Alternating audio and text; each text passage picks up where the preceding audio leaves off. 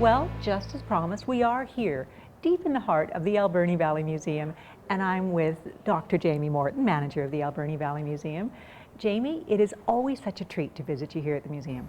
Well, it's always great to have you here, Nancy. We enjoy you taking in our new exhibits and talking to us about some of our new acquisitions and things. It's great. Now, you mentioned new exhibits because the museum, you are committed to preserving and presenting the heritage of the Alberni Valley. Is that fair? Is that a fair That's absolutely right. That's the basic mandate of the museum, is that we do try and preserve objects and images that somehow tell or illustrate points about the history of the Alberni Valley and the larger ACRD, actually. We do take in the regional district to a large extent, as well as the city and the valley proper.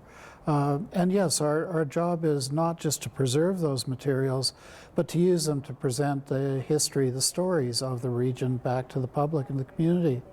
Now, the area that we're sitting in now is the temporary exhibit room. Am I correct in naming it that? Yes, and absolutely. It changes up. Yeah, this is a nice clear display space that we've got. It has variable lighting and so forth, so we're actually quite flexible in here as to what we can do.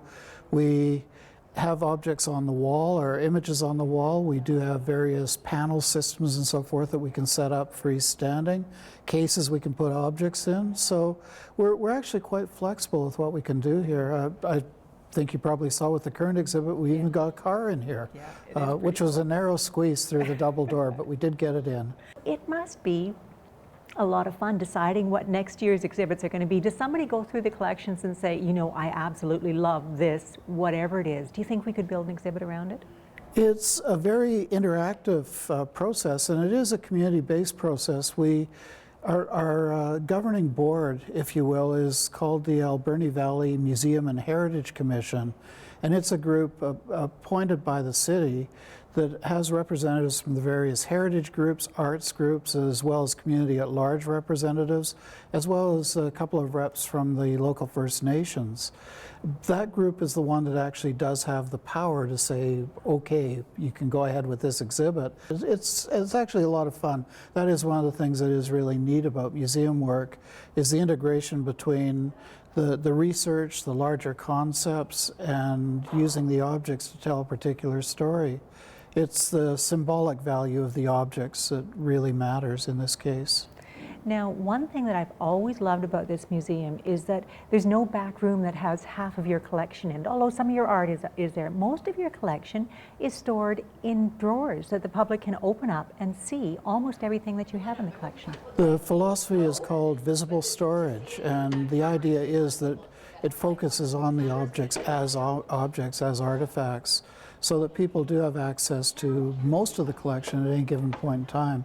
It's interesting too, because we are a visible storage museum, some things like just behind us right now where we're shooting is the bed and furniture from the Cameron Lake Chalet.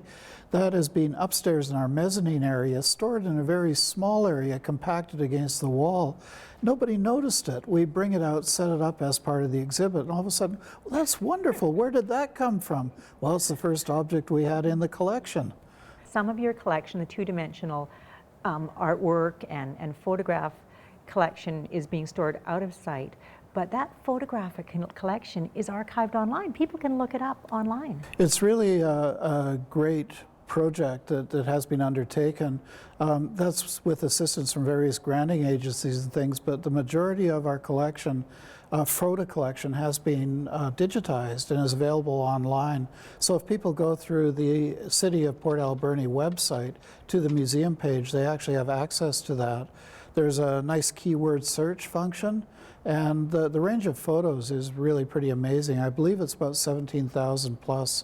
And some of these photographs you're going to want to look for, because I tell you, if your family has lived in the valley for 50, 75, even 100 years, type in some of their names, and who knows, you might find your great-grandfather sitting in a Model A on what was then Main Street, Port Alberni. They're wonderful photographs, and you can order copies of them. Absolutely. There is an online order function and everything too, so the reproductions are not expensive to get, and yeah, people do take advantage of that, both for personal reasons and for businesses and so forth.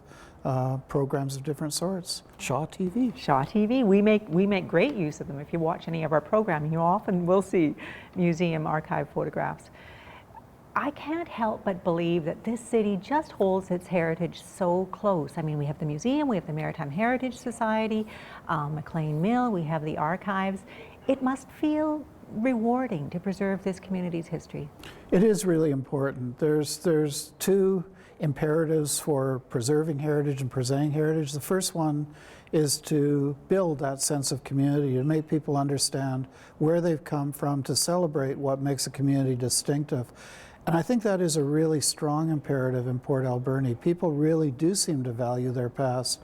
It's often their own experiences that are reflected in the objects and in the exhibits that we put together. It's also important for purposes of cultural tourism. A lot of the people that travel now, the boomer generation and their parents who still travel, are often looking for distinct cultural features of one sort or another, be it First Nations heritage, be it logging history, be it history of recreation as we're featuring here. They enjoy seeing this and enjoy seeing what is distinct about a community, and they will spend time to do that. Stay in a community, spend their tourism dollars because they enjoy that cultural side that's distinct to a particular area.